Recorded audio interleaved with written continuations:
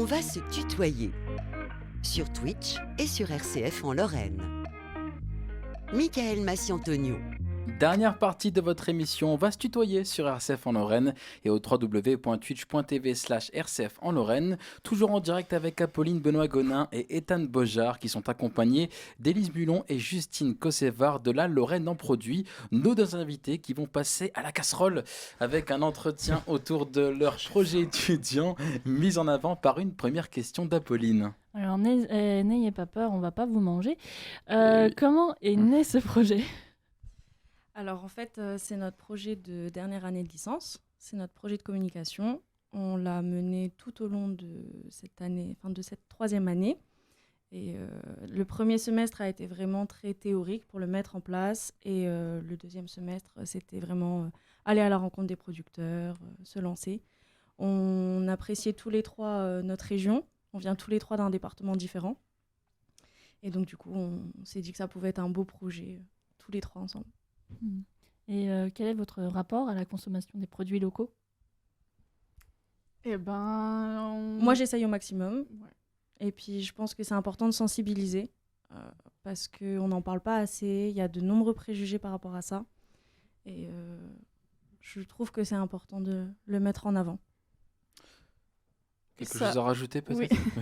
Je t'en prie. Ça a permis aussi, pour ma part en tout cas, de découvrir des producteurs locaux et de pouvoir aussi découvrir que c'est pas forcément caractérisé pour une certaine catégorie de personnes.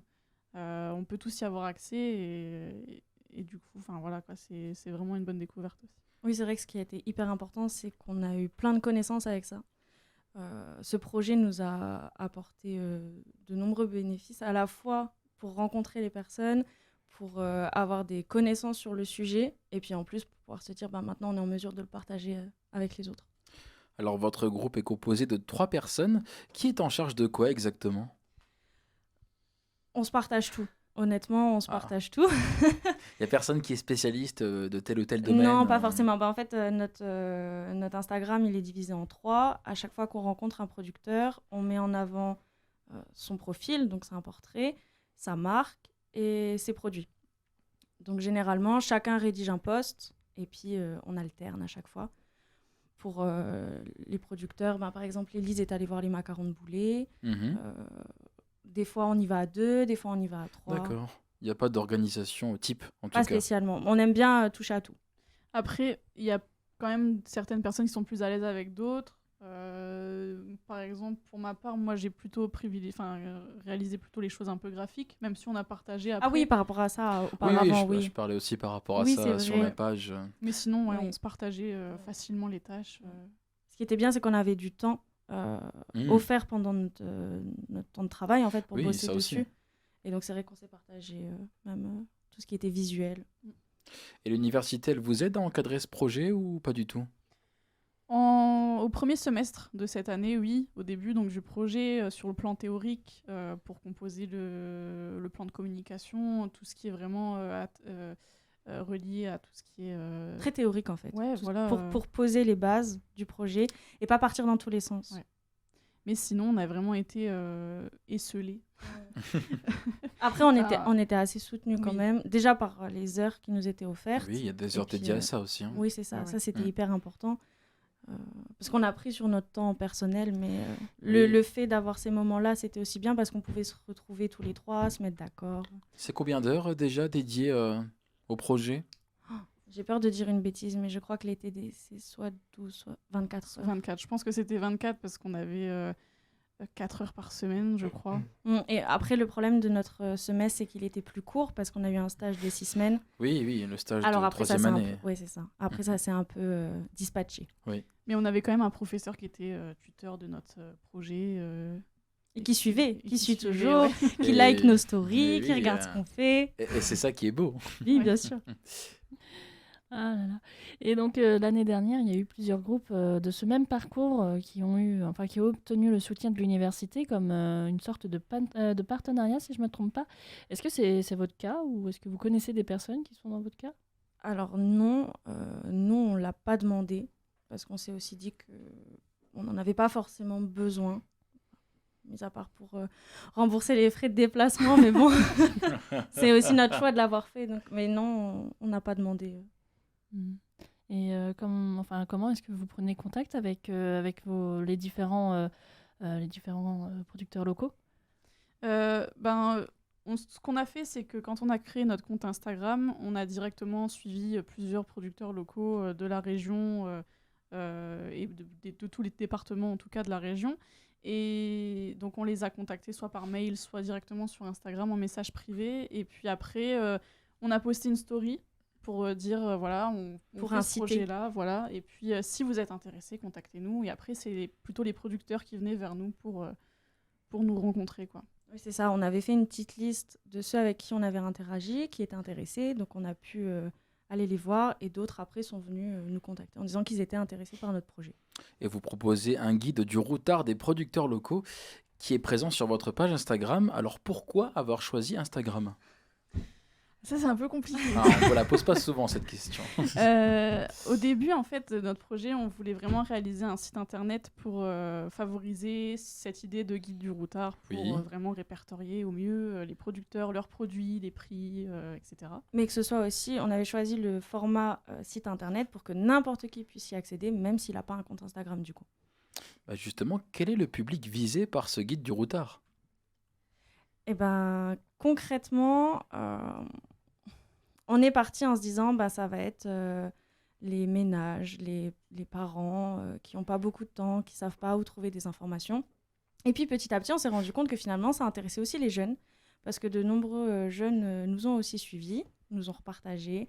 Et puis, il faut dire aussi que ce sont les producteurs qui sont intéressés, parce que bien souvent, il y a une idée de soutien.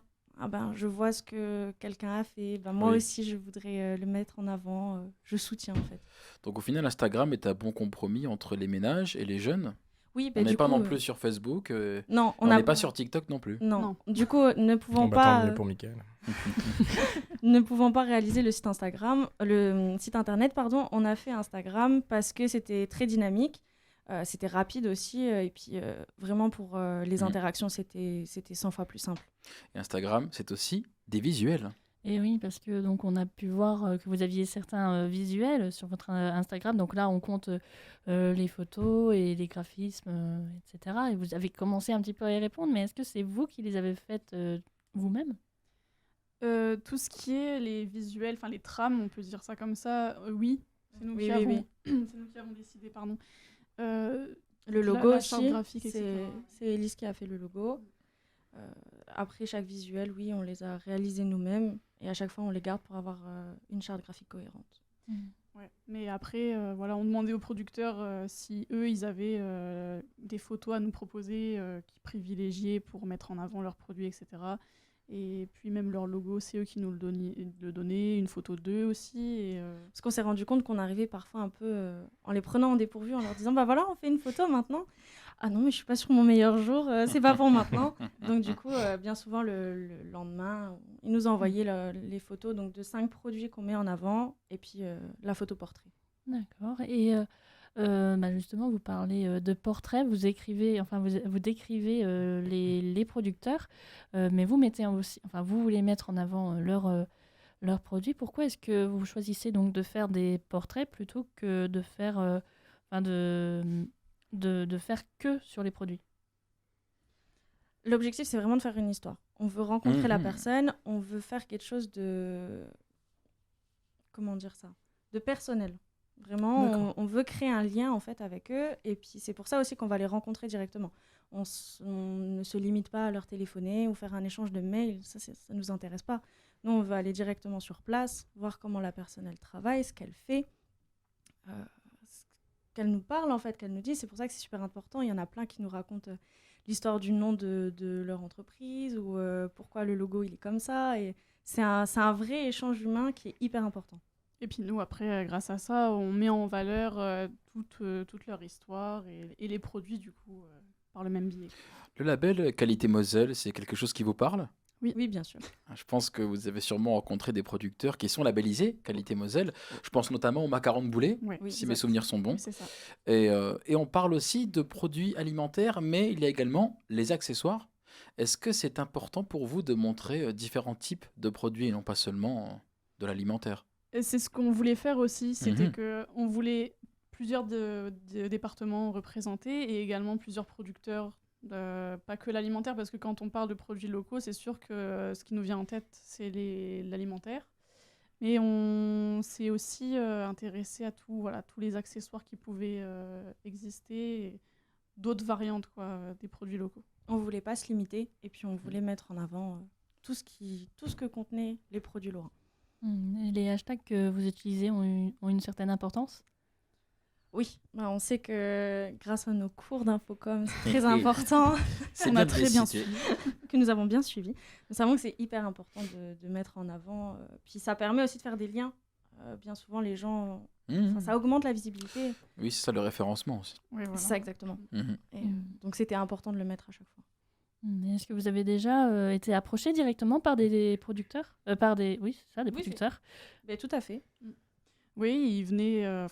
On avait mis sur notre biographie Instagram notre adresse mail. Donc, soit il c'est vrai. nous envoyait des mails, soit il nous contactait directement par message privé ou répondait à nos stories. Oui, du coup, la ou, story qu'on avait fait la première fois. Donc, on a rencontré une première productrice et pour montrer un peu en fait ce qu'on allait faire concrètement. Et ensuite, on a mis une story en disant est-ce que quelqu'un d'autre est intéressé pour faire ça? Et là, on a eu des retours, ce qui nous a permis aussi après de faire du contenu. Et vous faites de la sensibilisation aussi autour du consommer local, c'est mieux ou pas du tout? Notre objectif, c'est pas non plus de les inciter. Ok. On veut pas forcer la consommation, mais on veut les sensibiliser, les informer. Par contre, ce qu'on aime bien, c'est qu'on fait une petite visée éducative sur certains thèmes. Par exemple, on a fait une story pour informer les gens que la culture intensive, c'était pas si péjoratif que ça. En fait, la culture intensive, ça veut juste dire que les terres sont utilisées à chaque fois, chaque année, mais avec quelque chose d'autre qui est cultivé. Donc ça va permettre d'utiliser différentes ressources de la terre, mais on parle d'intensif parce qu'elle n'est jamais en jachère. Et au-delà des réseaux, vous produisez d'autres contenus? Je veux dire, au-delà de la page Instagram, est-ce qu'il y a d'autres... des événements peut-être? Non. Nous, par contre, on s'est rendu dans des événements pour partager un peu avec les producteurs, mais nous, on n'a pas organisé d'événements. Ça pourrait être hyper intéressant, mais par manque de temps, c'est un peu compliqué. Il nous reste 4 minutes. Je vais enchaîner avec les questions. Alors, tout simplement sur le projet, est-ce que c'est un projet que vous comptez faire perdurer par la suite? On aurait bien voulu, Ouais. mais on quitte la licence tous les trois. On a des environs. Et du coup, vous vivez dans des départements différents. Alors, ça veut peut-être aussi dire que la suite de vos études se fera ailleurs qu'à Metz? Oui, c'est ça aussi. Oui. Donc, ouais. vous serez moins connecté avec la C'est région, ça. avec ses producteurs. Forcément, ce sera plus compliqué. c'est ça. Et est-ce que vous avez eu l'occasion de tester ou goûter les produits locaux que vous avez mis en avant sur votre page? Est-ce que c'est testé et approuvé, tout simplement? Alors, moi, j'ai testé des radis très très bons de la ferme Les Racines d'Or. C'était très bon. Et j'ai eu la chance de goûter la pâte d'amande des macarons de boulet.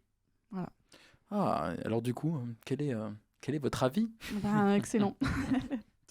Combien de temps ça vous a pris de monter tout ça, au final? Beaucoup de temps. Beaucoup. Mais c'est pas du tout négatif de dire ça. Honnêtement, ça a été vraiment bien, mais ça prenait du temps parce que déjà, la rencontre prenait au moins 2 heures, donc, sans compter les allers-retours. Ensuite, on se mettait d'accord pour savoir qui rédigeait quoi. On avait une bonne soirée pour faire ça, et puis après, on programmait parce qu'on postait tous les vendredis. Donc ça nous prenait du temps à côté en fait de ce qu'on faisait. Oui, mais- voilà. Ouais. Forcément, du temps et du temps à côté des cours, hein, comme C'est ça. précisé précédemment. Et quel est votre ressenti maintenant, à la fin de l'année, après que vous ayez bien avancé sur ce projet? Qu'est-ce que vous en pensez? Personnellement, moi, je suis très contente parce qu'on avait pour objectif de rencontrer que 3-4 producteurs. On en a eu 7 et on aurait pu en faire plus si on avait eu un peu plus de temps. Et je suis très satisfaite en tout cas du résultat du projet. Et voilà, un peu déçue quand même, un peu sur Ça ma s'arrête. fin. Ouais, est-ce que ça s'arrête Moi Ah, aussi. c'est- Moi déjà, je voudrais dire que je suis très fière de nous Oui. parce qu'on a tout bien réussi à gérer. On a mené à bien ce projet. On est triste de, Ah bah de le forcément. laisser partir. Et vous allez vous séparer aussi, je pense. Oui, c'est très triste Ouais, aussi. Voilà. Bah, c'est un petit peu en lien avec ma prochaine question, puisque vous arrivez donc à la fin de votre 3e année en licence information et communication. Ça s'est terminé hier? La Enfin, semaine Vendredi. dernière. Oui. vendredi, d'accord. Vendredi. Donc la semaine dernière, est-ce que vous avez du coup des projets pour la suite de vos études? Alors, on a parlé un petit peu du master. Est-ce qu'on peut donner quelques détails en plus? Il nous reste 2 minutes, 1 minute chacune. Alors du coup, oui, je fais un master en alternance l'année prochaine et donc toujours dans le domaine de la communication pour pouvoir plus tard être, je l'espère, responsable de la com digitale dans une entreprise. Donc on est sur vraiment une logique. Enfin, tu es sur le bon parcours actuellement du coup. Oui, oui. Ça n'a pas toujours été le cas, mais Tu as voilà. fait quoi? J'ai fait un bac pro commerce à la base en alternance.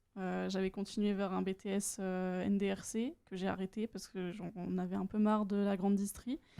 Et du coup, je me suis retrouvée en infocom qui me plaît très bien. Et sans regret, et tu as pu Sans regret. rencontrer ta camarade ici Tout à présente. fait. Et on salue aussi votre camarade qui n'a pas pu, Alban, ouais. Alban, qui n'a pas pu être présent Oui. ce soir. Alors du coup, du côté de Justine, Et ben moi, j'attends les réponses des masters ça pour le arrive quand 23 juin. ces réponses? 23 juin. Alors, quel master de ton côté? En master communication des organisations. J'en ai demandé plusieurs dans toute la France. Et voilà. Moi, j'aimerais être responsable communication. Donc, suite encore logique, j'ai C'est envie ça, de dire, tout de à ce fait. parcours en Infocom. On rappelle que Infocom, c'est à Metz, c'est plusieurs parcours aussi, hein. Oui. On a le parcours jeux vidéo, le parcours Journalisme. journalisme et et...